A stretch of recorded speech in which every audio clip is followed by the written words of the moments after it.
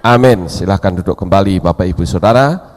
Sahabat Shalom, Bapak Yahweh berkati saudara sekalian. Pada pagi ini saya akan ajak saudara untuk bersama-sama membaca kitab suci kita di dalam kitab Yakobus pasal 5 ayat yang ke-17. Mari kita akan buka bersama-sama. Yakobus 5 ayat yang ke-17. Saya akan bacakan untuk saudara, demikianlah bunyinya. Elia adalah seorang yang sama alamiahnya dengan kita, dan dia telah memohon dalam doa agar tidak turun hujan, dan hujan tidak turun ke bumi selama 3 tahun dan 6 bulan. Sampai di sini pembacaan kitab suci kita. Saudara-saudara, dari bacaan ini Yakobus hendak memberitahukan kepada kita bahwa kita yang selama ini mungkin mengatakan bahwa Elia itu begitu luar biasa, dia bahkan bisa menghentikan hujan. Ternyata Yakobus mengatakan Elia dan kita tidak jauh beda, artinya kita ini sama. Lalu apa yang membedakan antara Elia dengan kita? Apa yang membuat ada sesuatu superpower atau kekuatan yang begitu besar yang Elia miliki? Di sini saya menemukan ada beberapa hal, saudara-saudara, khususnya kalau saya membaca di dalam kitab Melehim Aleph pasal yang ke-17, dan kita membaca dari ayat yang ketiga dan seterusnya. Saya akan bacakan sedikit untuk saudara, karena ini masuk ke kisah yang sebenarnya dari apa yang disampaikan oleh Yakobus. Dalam kitab Melehim Aleph pasal 17 ayat 3 dan seterusnya saya bacakan untuk saudara. Dan Elia orang Tisbe, ya, kita mulai dari ayat 1. Seorang pengembara dari Gilead berkata kepada Ahab, demi Yahweh Elohim Israel yang hidup, yang aku layani, sesungguhnya tidak akan ada embun atau hujan pada tahun-tahun ini, kecuali menurut perkataanku. Saudara perhatikan kata kecuali menurut perkataanku. Jadi dari ucapan Elia ini seolah-olah bahwa alam semesta ini diatur oleh Elia. Saya lanjut. Dan firman Yahweh datang kepadanya yang mengatakan, pergilah dari sini, berbeloklah ke timur dan bersembunyilah di tepi sungai Kerit di seberang Yordan. Dan akan terjadi, engkau akan minum dari sungai itu, dan aku akan memerintahkan burung-burung gagak untuk menopang engkau di sana. Lalu ia pergi dan melakukannya menurut firman Yahweh. Maka dia pergi dan tinggal di tepi sungai Kerit di seberang Yordan. Maka burung-burung gagak membawa roti dan daging kepadanya pada waktu pagi, serta roti dan daging pada waktu petang. Dan dia minum dari aliran sungai itu. Dan setelah beberapa waktu aliran sungai itu menjadi kering karena tidak ada hujan di negeri itu. Maka firman Yahweh datang kepadanya yang mengatakan, bangunlah, pergilah ke Sarfat yang termasuk wilayah Sidon, dan diamlah di sana. Lihatlah, aku telah memerintahkan seorang janda untuk menopangmu. Lalu ia bangkit dan pergi ke Sarfat, dan tiba di pintu gerbang kota itu, dan tampaklah seorang janda sedang mengumpulkan kayu bakar.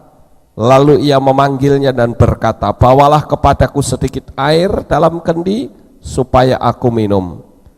Lalu ia pergi mengambilnya, dan dia memanggilnya serta berkata, bawalah kepadaku sepotong roti di tanganmu.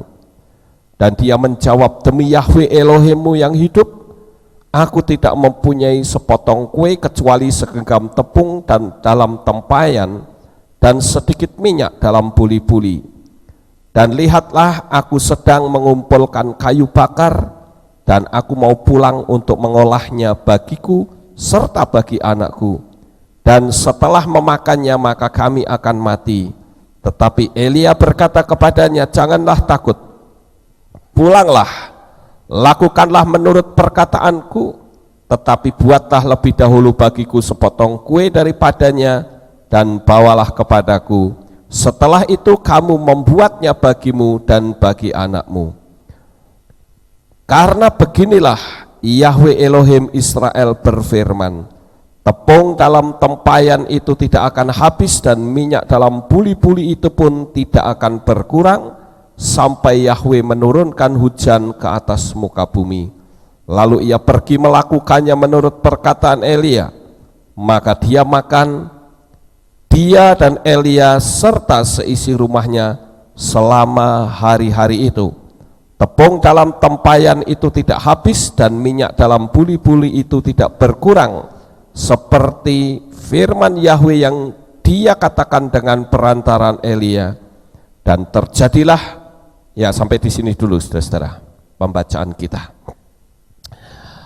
Kembali lagi ke masalah apa yang disampaikan oleh Yakobus tadi, saudara. Apa yang membedakan antara Elia dengan kita?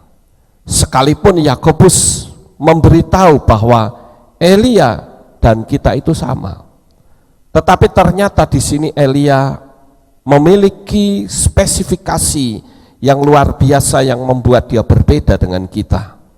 Saya menemukan ada beberapa hal. Yang pertama adalah Elia itu tidak peduli itu raja atau bukan. Kalau salah dia katakan salah.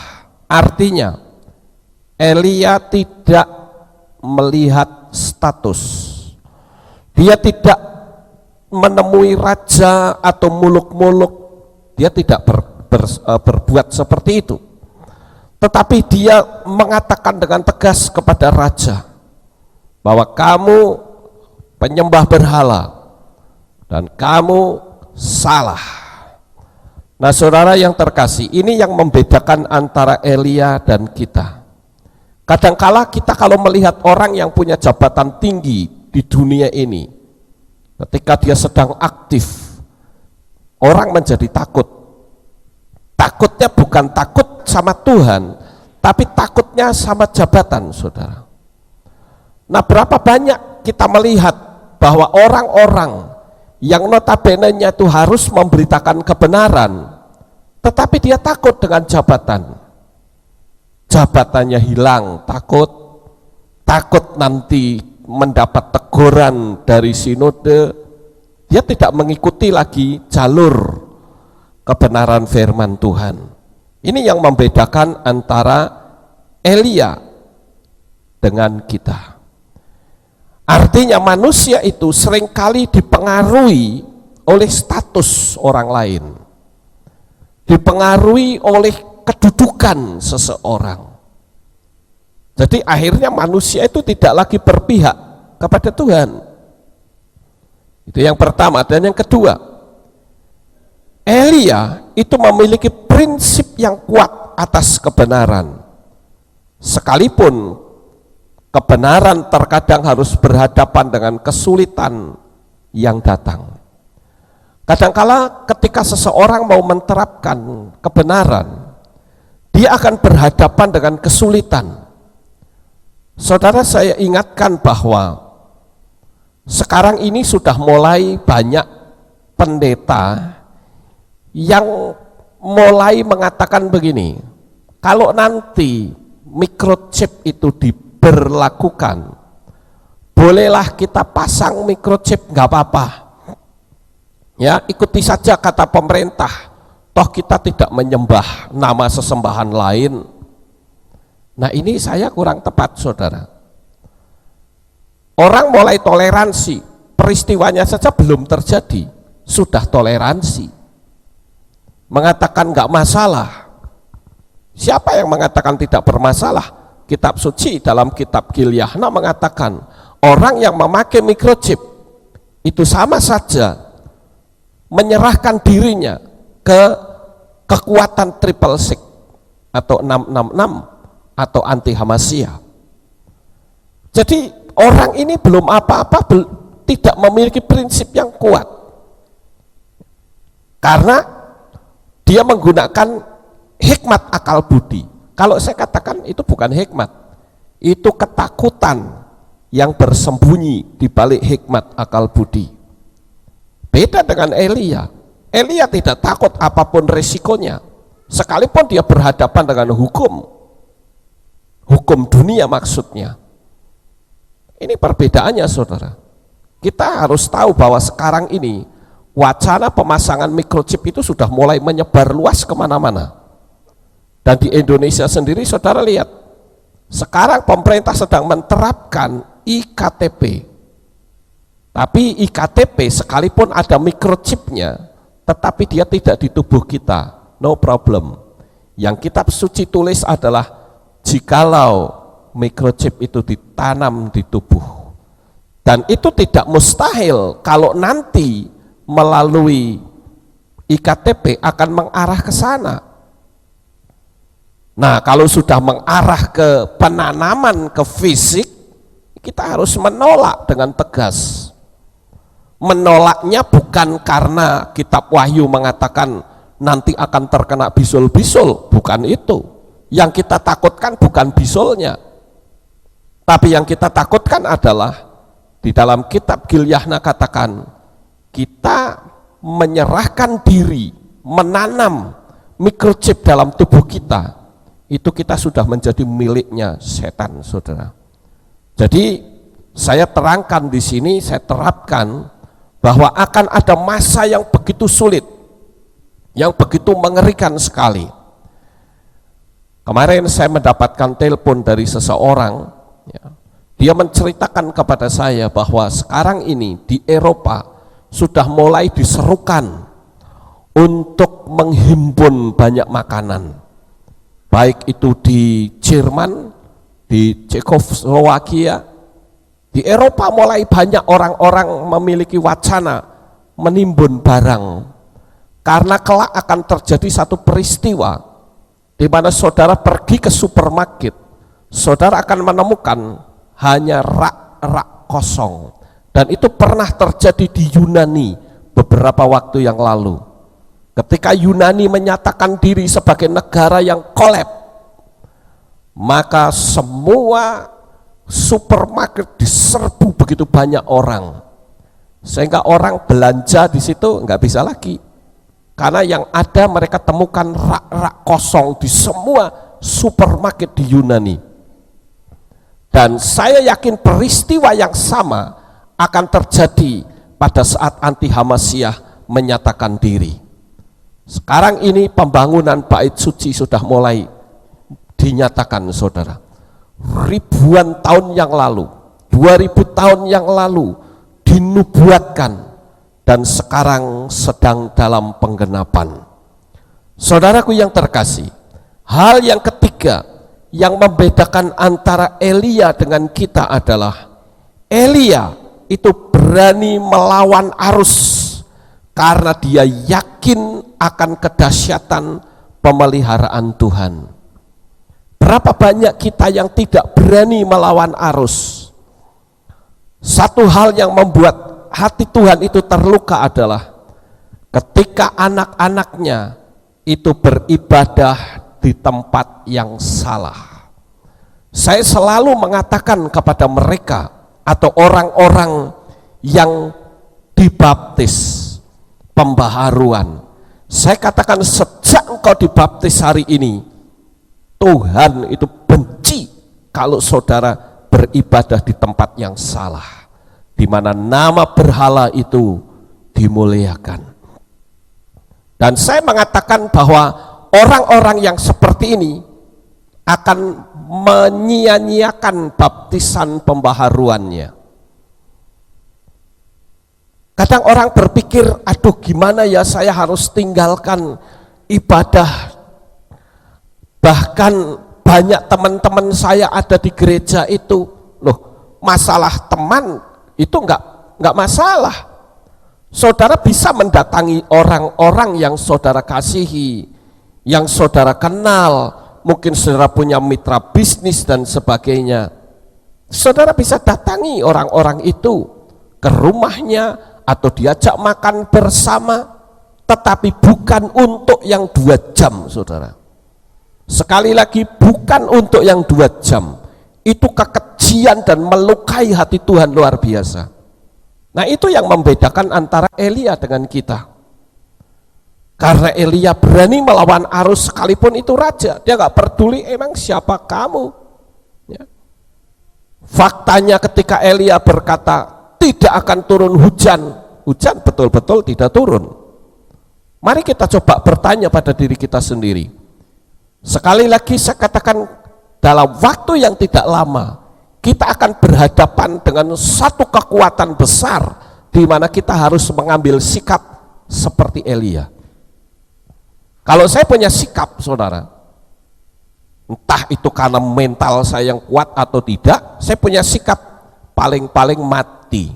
Kalau saya begitu, saya berhadapan dengan kekuatan seperti apapun, kalau kita sudah menyangkut kebenaran firman Tuhan, khususnya pemujaan terhadap nama besar Bapa kita Yahweh, saya cukup tegas dan saya katakan saya tidak peduli apapun yang terjadi. Paling-paling saya dibunuh, saya mati kok, mati lebih cepat lebih baik, saya sampai ke Syamayim. Apanya yang perlu ditakutkan? Nah, saudaraku yang terkasih, akibat dari apa yang Elia katakan terhadap Raja Ahab, maka ada banyak hal yang kita temukan di sini, yaitu yang pertama, Elia tidak pernah menduga Tuhan mengirim burung gagak untuk memberi makan dia pagi dan petang. Pernahkah dari zaman dulu ada burung gagak yang ngasih makan manusia? Belum pernah, saudara. Itu sebabnya tidak akan terlintas di dalam pikiran Elia bahwa kalau saya berani menghadapi arus, nanti bakal Tuhan kirim burung gagak. Nggak pernah terlintas. Kita ngerti karena kita sudah tahu jalan ceritanya, tetapi Elia tidak tahu jalan ceritanya. Tahu-tahu pagi-pagi begitu banyak burung-burung gagak yang berdatangan menjatuhkan roti dan daging. Itu artinya apa?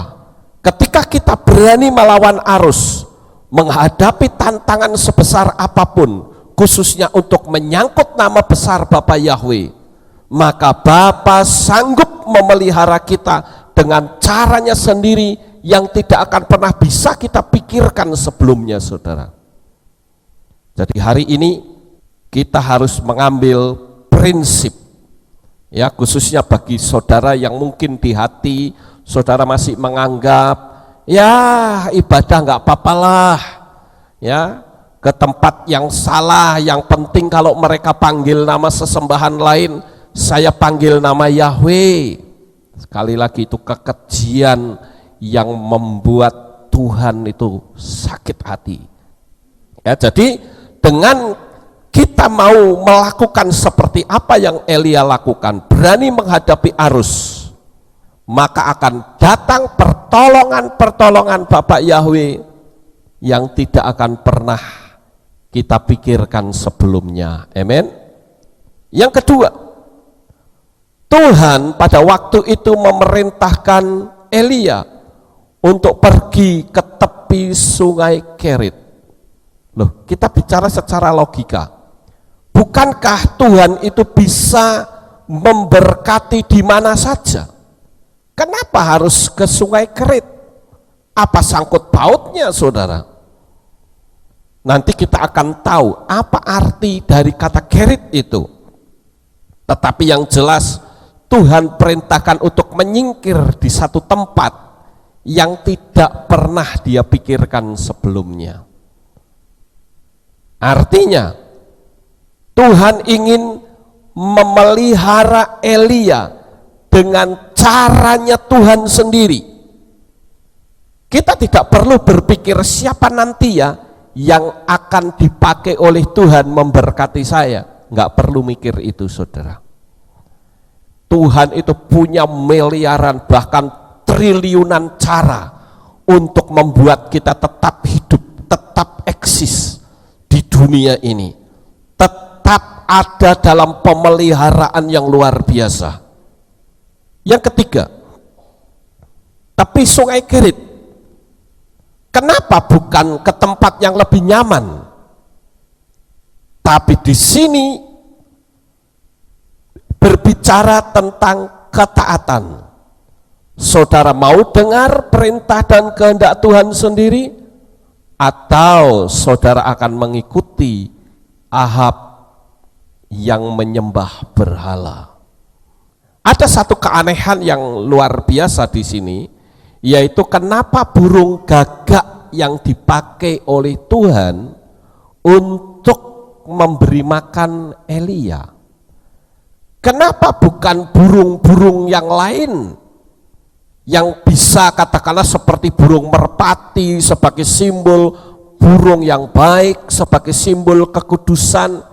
Kenapa kok Tuhan memakai burung gagak?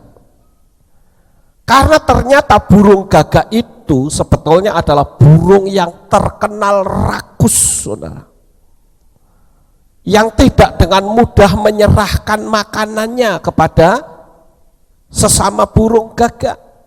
Sedangkan dia saja kalau melihat makanan dia berebut satu dengan yang lain. Tetapi di sini hati burung gagak itu diubah oleh Tuhan sehingga dia menjatuhkan daging dan roti, saudara. Artinya apa? Artinya Tuhan itu bisa memakai orang serakus apapun, sepelit apapun, sekikir apapun, sanggup untuk memberkati hidup saudara.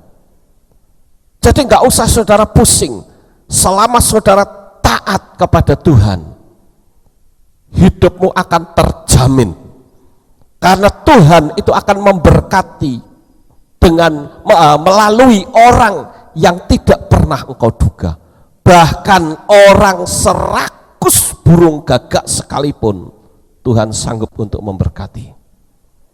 Jadi kuncinya adalah ketaatan kepada Tuhan. Tuhan bilang pergi ke tepi Sungai Kerit, kita lakukan saja ke tepi Sungai Kerit, saudara-saudara. Nah, disinilah orang yang hatinya tamak itu bisa dipakai oleh Tuhan dengan cara yang luar biasa. Lalu yang kelima, saudara, apa arti dari kerit?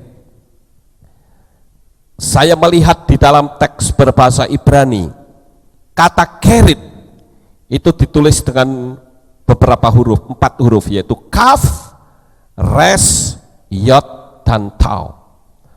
Saya coba untuk mencari terjemahannya itu apa, kata kerit ini. Ternyata terjemahannya adalah cushion. Cushion itu artinya bantal atau pillow. Jadi kata kerit itu sendiri itu bisa memiliki arti bantal, dan itu bicara tentang kenyamanan. Artinya ketika kita taat kepada Tuhan, hidup kita itu akan nyaman. Dan huruf kaf, res, yod, dan tau itu memiliki filosofi yang luar biasa. Kaf itu artinya telapak tangan, res itu artinya kepala, karena itu simbol kepala. Yod itu bisa berarti Yahweh atau kerja. Yod juga bisa berarti tangan juga. Yod ini memiliki kedalaman 50 kata, saudara. Sedangkan tau itu artinya sempurna. Kita kenal kata tamim, itu sempurna. Jadi kata kerit itu sendiri jikalau diterjemahkan dari kata per kata atau huruf per huruf, maka memiliki arti tangan Yahweh yang bekerja dengan sempurna. Saudara yakin pemeliharaan Tuhan? Jangan takut, saudara. Sekalipun kita harus melawan arus, saya ingatkan ini, waktunya sudah tidak lama lagi. Kita harus berani dan mempercayai akan kesempurnaan Tuhan di dalam pemeliharaan hidup saudara. Sekarang yang terpenting dalam hidup kita adalah ayo kita tingkatkan iman kita semakin kuat kepada Bapa Yahweh. Makanya saya ingin saudara-saudara lebih banyak beribadah. Etong-etong kita sedang latihan kelak di Samayim. Karena di Samayim kita di sana tidak bertemu dengan bidadari-bidadari cantik yang selalu perawan. Kita juga di sana tidak akan nonton TV, nonton bola sepanjang malam, juga tidak. Tetapi kalau kita ada di Samayim, kitab suci mengatakan di sana penuh dengan pujian dan penyembahan. Di sana penuh dengan orang-orang yang mengagungkan, menikmati suasana yang indah yang Tuhan berikan. Jadi kita sedang berlatih sekarang di dunia ini untuk selalu memuliakan dan meninggikan Tuhan. Nah, Bapak Ibu Saudaraku yang kekasih, di sini kita juga melihat bagaimana ketika tiba-tiba Sungai Kerit itu ternyata kering. Tempat di mana Tuhan perintahkan untuk Elia bersembunyi ternyata juga bisa kering. Dan setelah kering atau sebelum sungai itu kering, Tuhan sanggup memberkati dengan cara yang lain. Saudaraku yang terkasih, Tuhan sanggup memberkati dengan cara yang unik, yaitu melalui seorang janda di Sarfat. Tidak ditulis di sini janda itu kaya, tidak ditulis di sini janda itu adalah janda yang memiliki ladang yang besar, memiliki banyak makanan. Tidak. Tetapi di sini justru melalui janda yang miskin. Kita tentu sudah tahu kisahnya, bagaimana janda itu hidupnya juga cuma tinggal hari itu saja. Dan disitulah Elia mengatakan, beri kepadaku roti terlebih dahulu, maka kamu akan makan lebih darinya. Dan apa yang terjadi saudara? Di sini kita melihat bagaimana kita harus mengagumi Tuhan, karena Tuhan kalau memberi pertolongan dan mendatangkan pertolongan kepada kita itu dengan cara yang unik, yang tidak pernah bisa digambarkan dengan pikiran kita. Bahkan kitab suci berkali-kali memberitahu kepada kita bahwa mujizat itu datangnya secara tiba-tiba, tidak pernah terpikirkan. Ada orang yang posisinya berada di paling bawah, Tuhan sanggup menempatkan di posisi yang paling tinggi. Siapakah dia? Tidak lain adalah Yusuf. Yusuf berada di tempat yang paling rendah. Dia seorang narapidana, dia budak belian, tetapi tangan Yahweh sanggup untuk mengubahkan dari tempat yang paling rendah menjadi tempat yang tinggi sebagai raja muda di Mesir. Hari ini kalau saudara mungkin sedang menghadapi kesulitan yang begitu berat, seolah-olah tidak ada lagi jalan keluar, saya katakan Bapak Yahweh sanggup mengangkat engkau dengan caranya sendiri dan tidak pernah saudara pikirkan sebelumnya. Yakinlah itu saudara. Jadi jangan pernah kita itu meninggalkan Tuhan dengan mudah mengatakan, ah percuma saya mempertahankan iman saya. Itu adalah satu kehidupan yang picik sekali.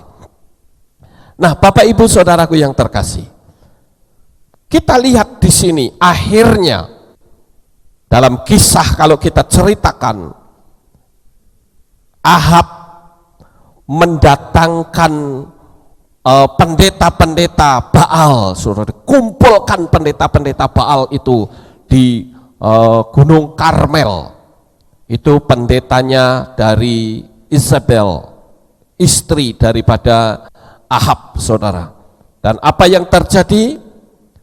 Seluruh Israel akhirnya berbalik ketika terjadi perlombaan iman antara pendeta-pendeta Baal itu dengan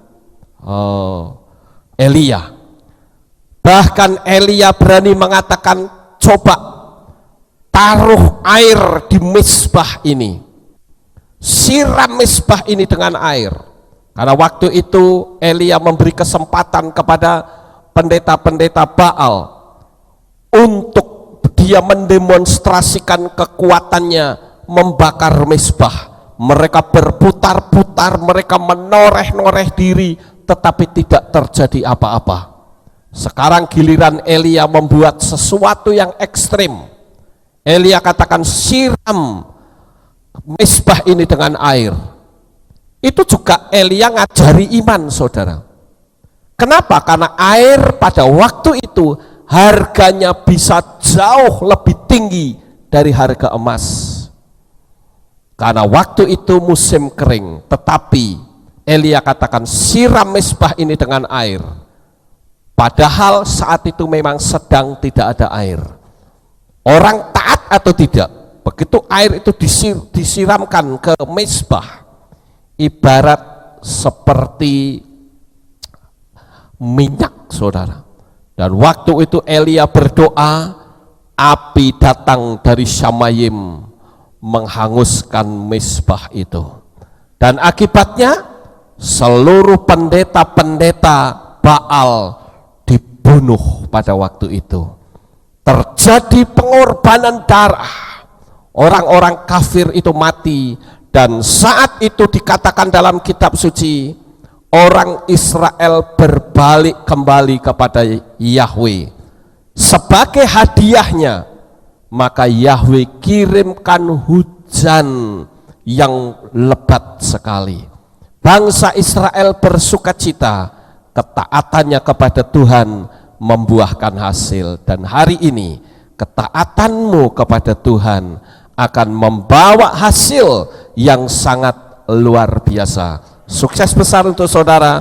Bapak Yahweh memberkati. Kita tunduk kepala dan kita akan berdoa.